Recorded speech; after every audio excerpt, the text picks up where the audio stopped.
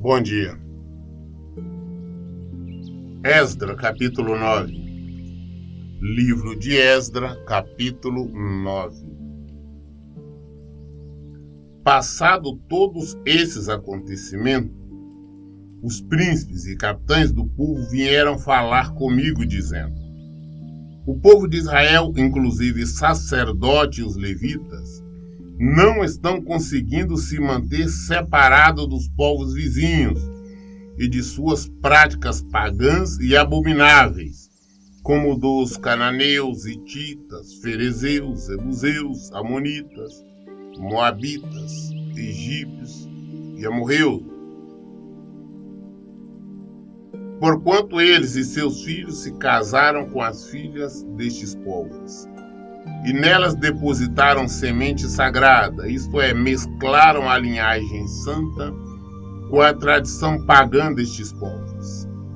E o pior, nossos líderes e oficiais e magistrados foram os primeiros a cometer esta infidelidade e transgressão. Assim que eu vi este relato, rasguei a minha túnica e o meu manto, arranquei os cabelos da cabeça e da barba e me sentei estarrecido. Então se juntaram ao meu redor todos que amavam e temiam a palavra do Deus de Israel, por causa do erro abominável cometido por grande parte dos exilados que haviam retornado. Contudo, eu permaneci sentado, horrorizado e atônito, até chegar a hora do sacrifício, o pôr do sol.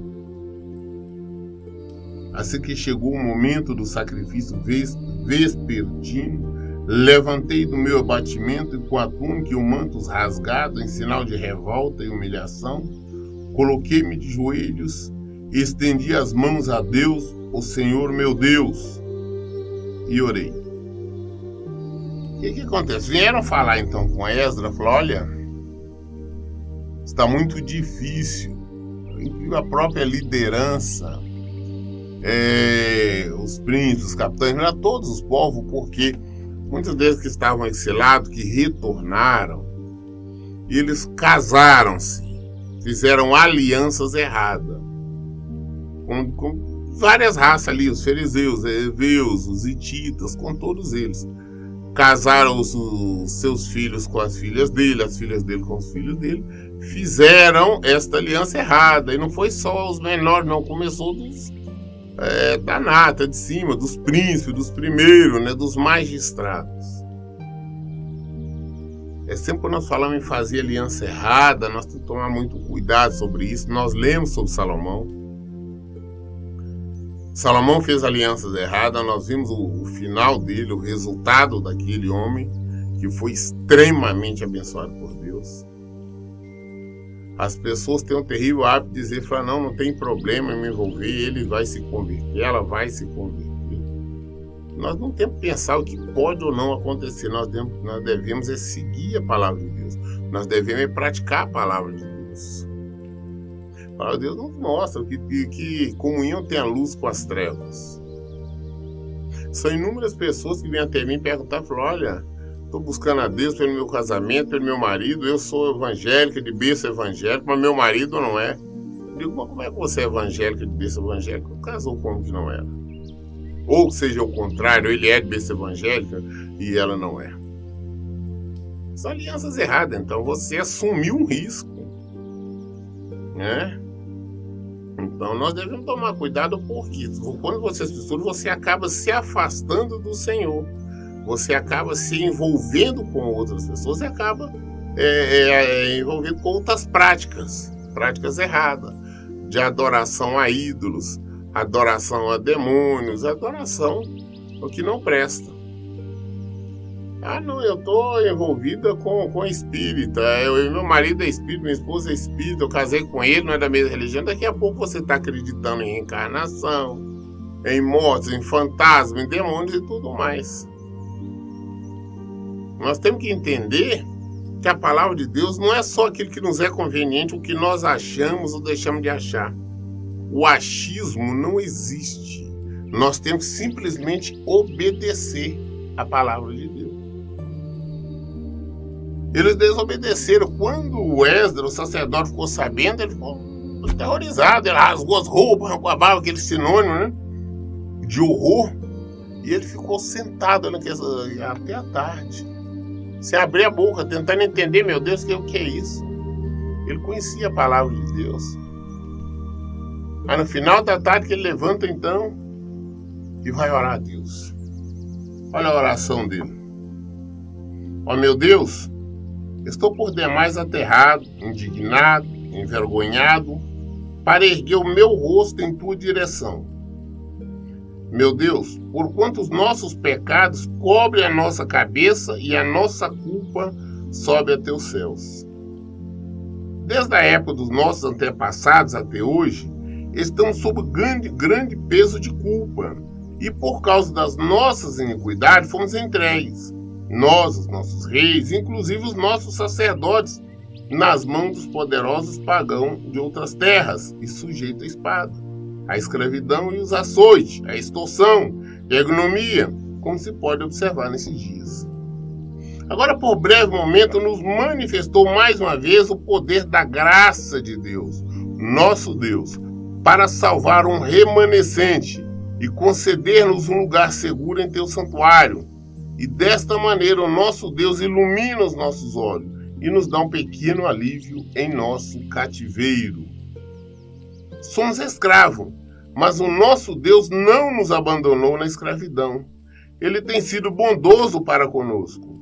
Diante dos reis da Pérsia, ele nos outorgou uma nova vida a fim de reconstruirmos a casa do nosso Deus e reformarmos as ruínas do antigo templo, e nos deu muralhas de proteção em Judá e em Jerusalém. Agora, pois, ó nosso Deus, que diremos diante desses fatos horríveis ocorridos devido ao nosso afastamento dos teus mandamentos, os quais ordenaste por intermédio dos teus servos, os profetas, afirmando: a terra em que adentrais para tomar posse é terra contaminada pelas práticas religiosas pagãs e repugnantes dos seus povos, pelas abominações com que na sua corrupção influenciaram, perverteram toda esta terra de uma extremidade à outra. Por essa razão, não darei às vossas filhas e a seus filhos, jamais procureis a paz e o bem destes povos, para que sejais forte e comais o melhor da terra, e não deixes por herança os vossos filhos para sempre. Depois de tudo o que nos aconteceu por causa dos nossos erros, obra mais da nossa pesada culpa, ainda assim, tu, ó nosso Deus, nos tem castigado menos do que merecemos, considerando a abominação dos nossos pecados, e ainda nos permitiste este remanescente.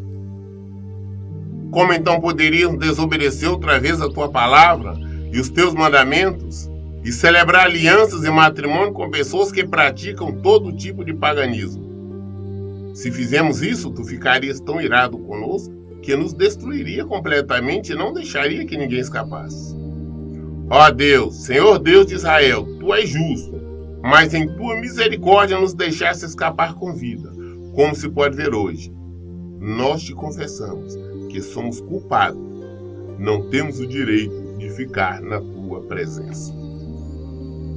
Então, o Esdras, o sacerdote, ele ora, vai clamar ao Senhor, ele assume o erro, a culpa, lembrando que Deus tem sido benigno, Deus abençoado, apesar das rebeldias deles, dos acordos errados que eles têm feito, das alianças erradas que eles têm feito.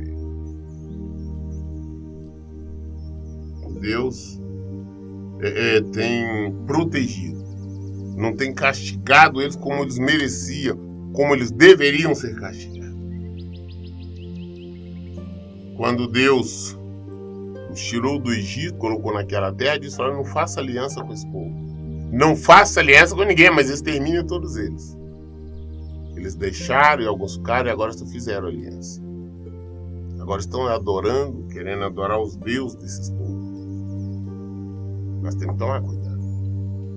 Da mesma forma, nós temos que estar em alerta para não incorrermos no mesmo erro. enquanto Esdras orava, confessando, intercedendo pelo povo, prostrado diante da casa de Deus, uma grande multidão de israelitas, homens, mulheres e crianças, se reuniram em volta dele. Eles também choravam e se lamentavam pelo erro cometido. Então Secanias, filho de Jeiel, um dos descendentes de Elão, dirigiu-se a Esdras e lhe propôs: temos sido desleais para com nosso Deus quando celebramos alianças e matrimônio com mulheres estrangeiras dentre os povos pagãos da terra. Entretanto, é certo que há esperança para Israel. Façamos, pois, agora mesmo uma aliança com nosso Deus, de que mandaremos embora todas as mulheres pagãs e os seus filhos, conforme o conselho do meu Senhor, e dos que amam e temam diante dos mandamentos do nosso Deus, que tudo seja feito em conformidade com que orienta a Torá, a lei. Levanta-te, pois a ti compete agir, contudo estaremos ao teu lado, coragem e mãos às obras. Assim que ouviu estas palavras de encorajamento, Esdras se ergueu e convidou o chefe dos sacerdotes, dos levitas e de todo Israel a jurar que fariam como acabavam de ser declarados, e eles juravam. Então Esdras se retirou diante da casa de Deus e dirigiu-se ao aposento de Joanã, filho de Eliasibe.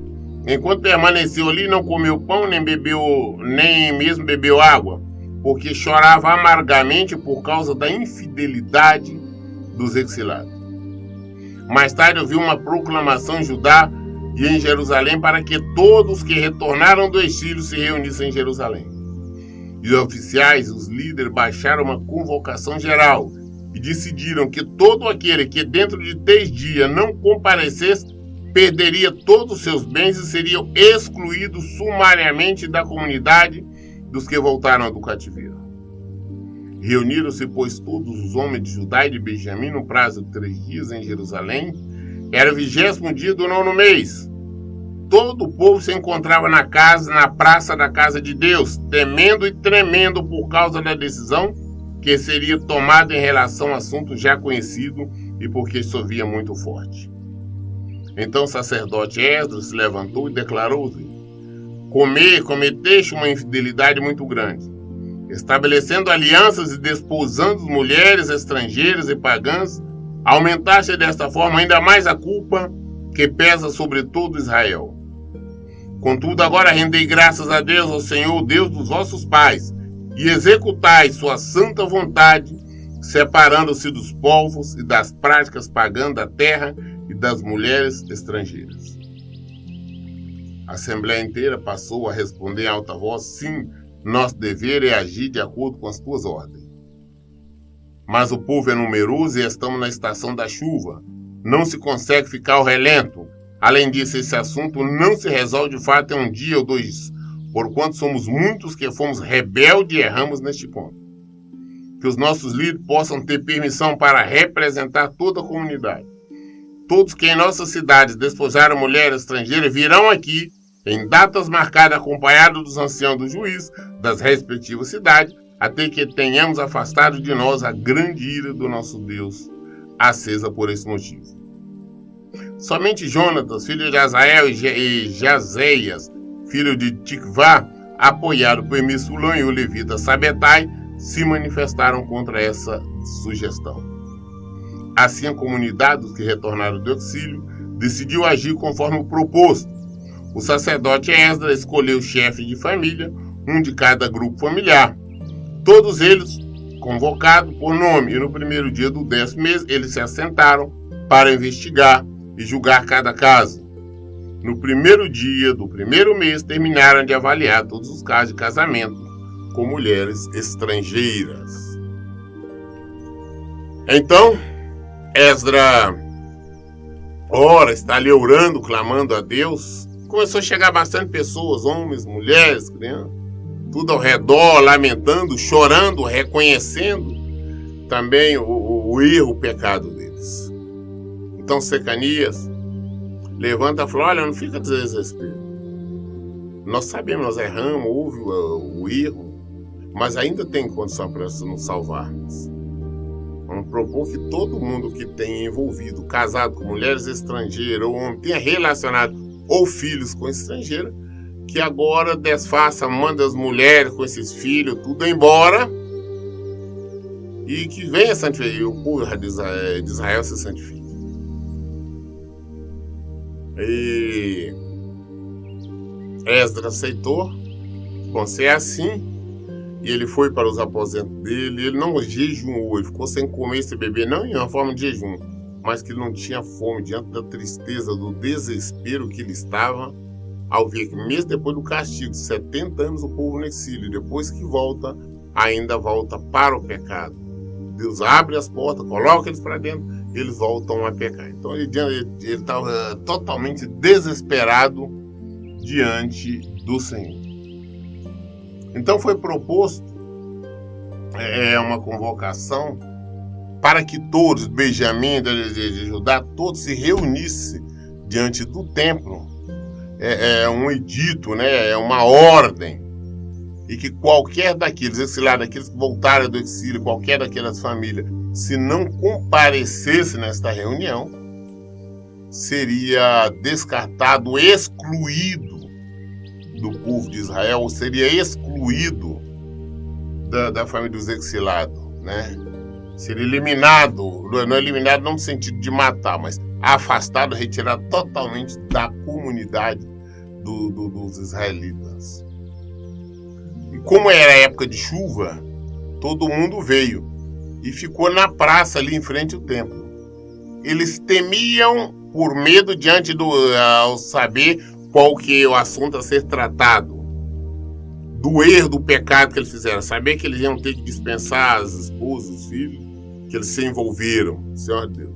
Em segundo lugar, porque estava chovendo muito, né? Eles estavam debaixo de chuva, estava ali todo mundo tremendo de chuva, molhado, com frio.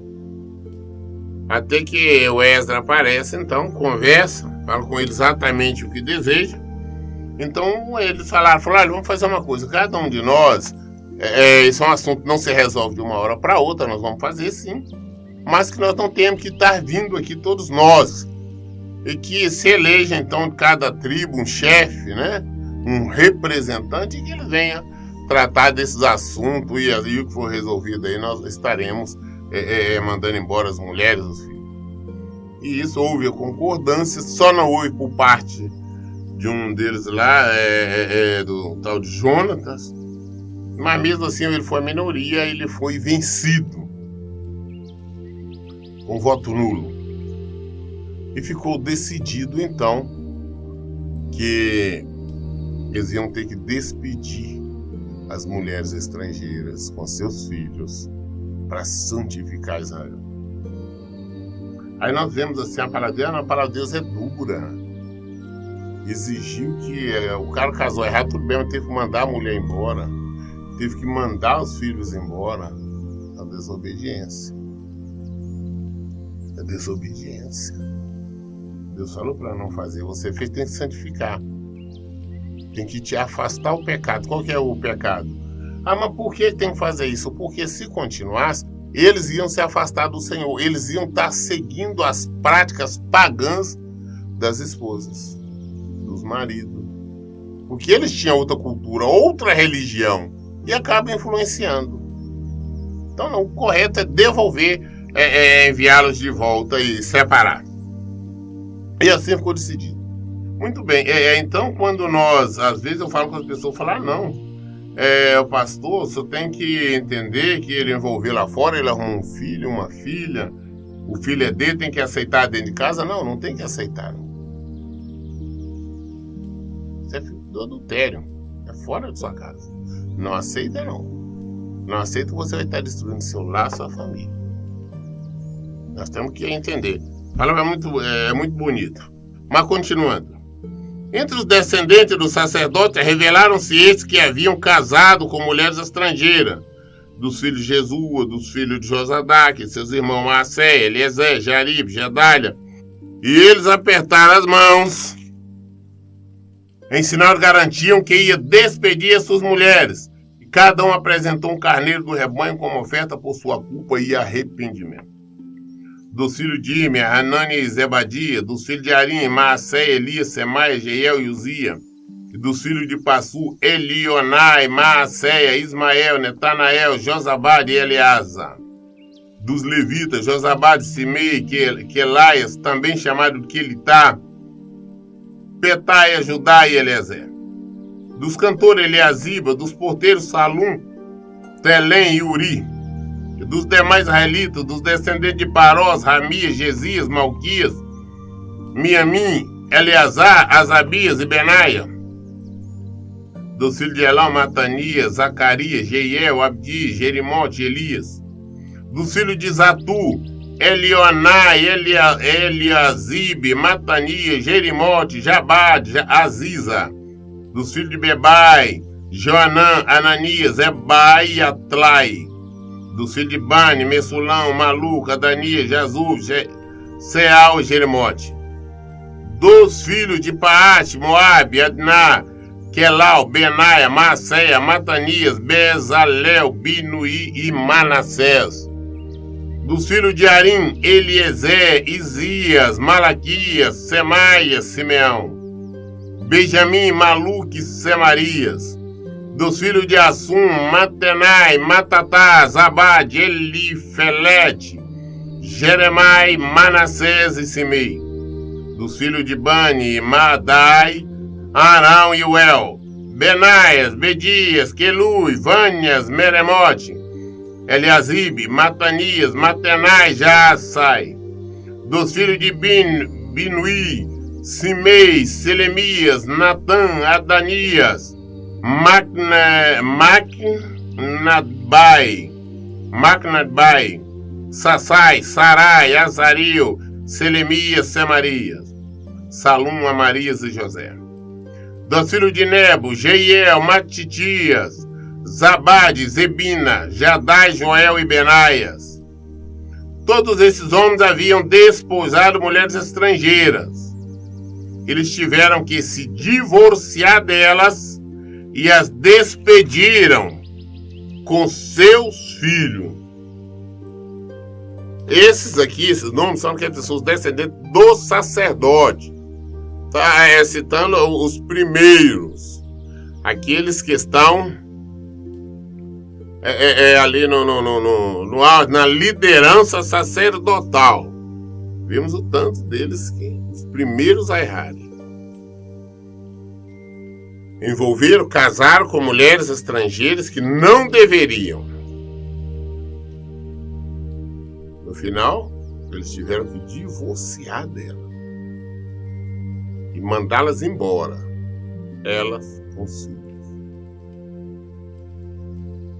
Quando Deus nos fala para fazermos alguma coisa, se nós não fizermos, ou se nós fizermos de maneira contrária, nós temos que desfazer o erro. As pessoas dizem, Deus não leva em conta o tempo da ignorância. Exatamente essa é a verdade, Ele não leva. Mas nos chama ao arrependimento. Isso é o complemento do versículo. Se a pessoa antes roubava, assaltava, agora não assalta, não rouba mais. Se ele adulterava, agora não adultera mais. Ou seja, o que ele fazia, não faz mais. Ah não, pastor, hoje eu tenho uma mansão, a minha casa, o meu dinheiro foi produto de furto, de tráfico, de desonestidade, na época que eu não conhecia o Senhor. Hoje eu conheço o Senhor e não faço mais nada errado. Sim, você não faz, mas você tem que devolver o que você tem foi adquirido de maneira ilícita, de maneira desonesta. Ah, pastor, eu divorciei da minha esposa, casei com uma outra, eu estou no segundo, no terceiro casamento, eu tenho filhos, tenho tudo com ela. Bom, eu não sabia que não podia. Hoje você sabe. Então o que você tem que fazer? É separar, divorciar desse segundo casamento, que não é casamento, é simplesmente um adultério continuado. Você tem que liberar essa mulher com os filhos para lá e você lutar, voltar para o seu primeiro casamento, que esse é o casamento legítimo. Mas tem que despedir. Ah, mas o sofrimento das crianças, como vem pessoas sem dizer, primeiro pastor, é desfazendo uma segunda família. Não é desfazendo uma segunda família. Família é a primeira. casou com seu marido casou com você, seu resto é família. O restante não é família, não. O restante é adultério, fruto de adultério. Ah, mas as crianças não têm culpa. Elas não têm culpa. A culpa quem tem é você. Tem que separar. Tem que voltar para o que é legítimo. Tem que voltar para o que é primeiro. Tem que voltar para aquilo que é verdadeiro. Então, foi exigido isso. Foi exigido isso do povo de Israel. Devo colocar assim em prática. Nós temos que aprender com isso que a palavra de Deus é para ser obedecida. A palavra de Deus é para nós colocarmos em prática. Ah, amor, nós temos que entender o que é o amor de Deus. O amor de Deus não é sentimento, essa coisa humana que fala, não concorda com tudo, aceita, se emociona, chora. Não, é simplesmente viver, praticar a palavra dele. Quem ama a Deus obedece. Quem ama Jesus obedece. Se não ama, não obedece. Nós vimos a história de Israel. O Antigo Testamento está exato para nós examinarmos quanto esse povo sofreu e ainda sofre em virtude da desobediência. Em virtude da rebelião à palavra de Deus. Por que ainda hoje Israel é um país mínimo, pequenininho, tamanho o quê? De Sergipe, um dos melhores estados brasileiros? É muito pequeno Israel. Mas por que é um dos mais odiados, atacado por todos ali na região? Não é em virtude de outra coisa, a não ser exatamente a desobediência de Israel. Até hoje, Israel ainda vive numa desobediência, vive ainda numa adoração a Davi, não a Jesus. Até hoje, eles andam segundo o entendimento deles, não segundo a palavra de Deus. Mas por que ainda não foi destruído, acabado de tudo? Porque a palavra de Deus não volta vazia. Ele diz que sempre teria uma luz ali, uma lâmpada. Então, por mais que os inimigos tentem, não vão destruir Israel. Ninguém consegue destruir Israel. É a palavra de Deus. Israel será destruído quando todo mundo for destruído. Depois da volta de Jesus. Antes disso, não. Pela fidelidade do povo israelita? Não. Fidelidade de Deus. Então nós devemos entender que a palavra de Deus para nós praticarmos, para nós sofremos. Não, tem que pagar sobre isso. Nós concluímos hoje o capítulo de Esdras 10. Amanhã, querendo Deus, nós vamos estar iniciando o livro de Neemias. Concluímos então Esdras. Amanhã iniciamos Neemias. As respostas, a palavra de Deus está tudo aqui. Por isso eu digo, leiam e pratiquem a Bíblia. Que Deus abençoe. Tenham um bom dia.